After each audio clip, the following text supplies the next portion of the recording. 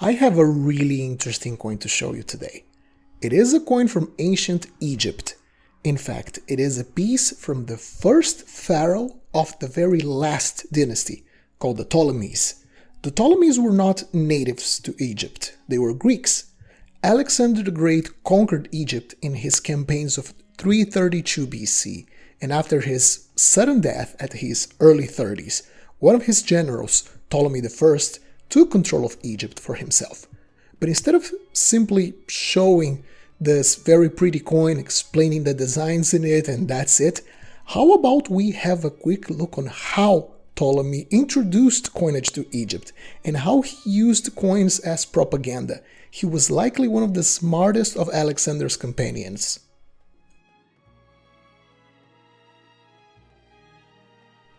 For context, we need to go to the year 323 BC. Alexander is dead, and a conference, called the Partition of Babylon, established the territories of the empire would be divided amongst Alexander's generals, called satraps. This is an arrangement that wasn't around for very long. In fact, it quickly devolved into multiple wars that resulted on the major Hellenistic kingdoms we know, as the Seleucid Empire, the Ptolemaic Kingdom, the Macedonian and Thracian kingdoms, among other smaller states. But today, we're going to focus on the satrapy of Egypt. Alexander and Ptolemy introduced coins to Egypt, and for most of Ptolemy's time, the coins that circulated there were similar to the issues at other parts of Alexander's empire.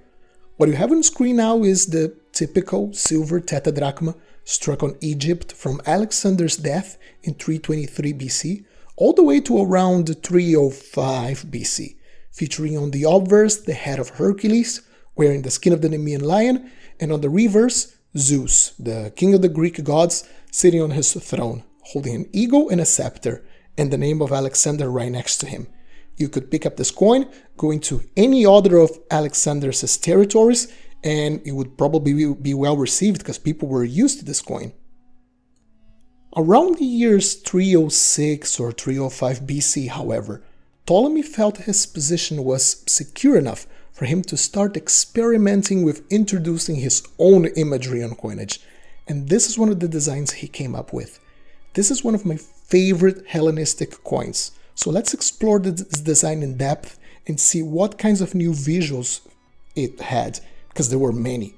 In fact, I'm going to add some colors to parts of the obverse design so we can identify them and discuss each one individually.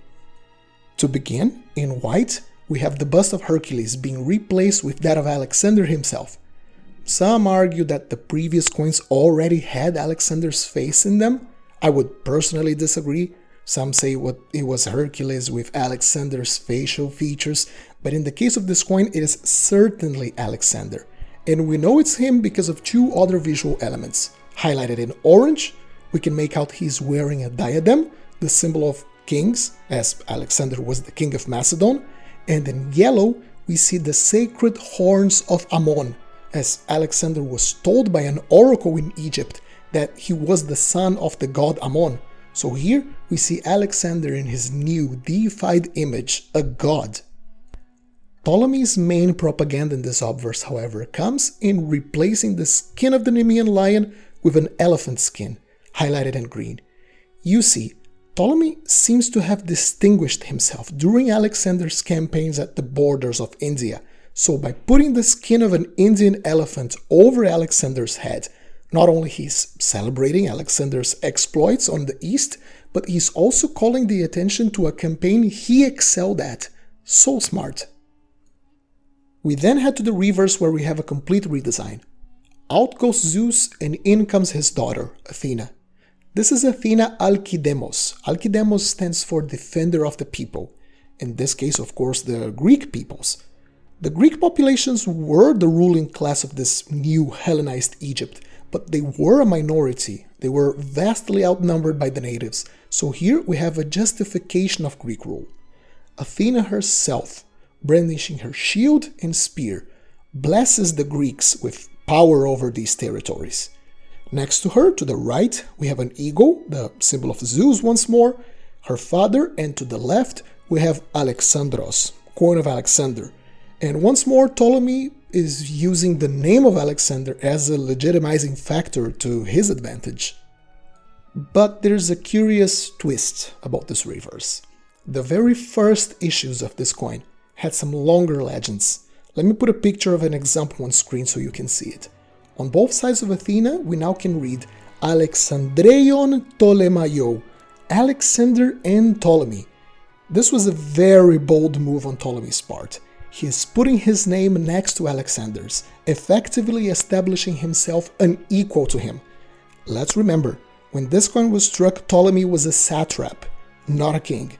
He was stepping out of bounds, and by the simple fact that later coins removed Ptolemy's name, we can imply that this coin was very poorly received, forcing him to back down, at least for the time being, on his claims to kingship. But as the year 300 BC approached, Ptolemy was ruling Egypt for decades now, and the firm grasp he had on his new kingdom meant that he finally could publicly show himself as a king. From that year until his death in 285 BC, Ptolemy started minting this design on Tetradrachma. Out goes the image of Alexander, in comes Ptolemy, proudly wearing the royal diadem. This design would continuously be placed on coins of his successors for the next 3 centuries, until the Ptolemies finally fell to the Romans and Egypt became just another province. And if it wasn't clear enough who ruled over Egypt, when we head to the reverse, we have the legend spelling it out for you. Ptolemaiou Basileus, of King Ptolemy, and a beautiful eagle on the center of the design, another symbol that would be continually put on coins for centuries. Do you have a coin of Ptolemy I? Let us know in the comment section down below. I hope you enjoyed this quick little story about the birth of Egyptian coinage. If you did, make sure to leave a like and consider subscribing. Happy collecting, and I'll see you soon.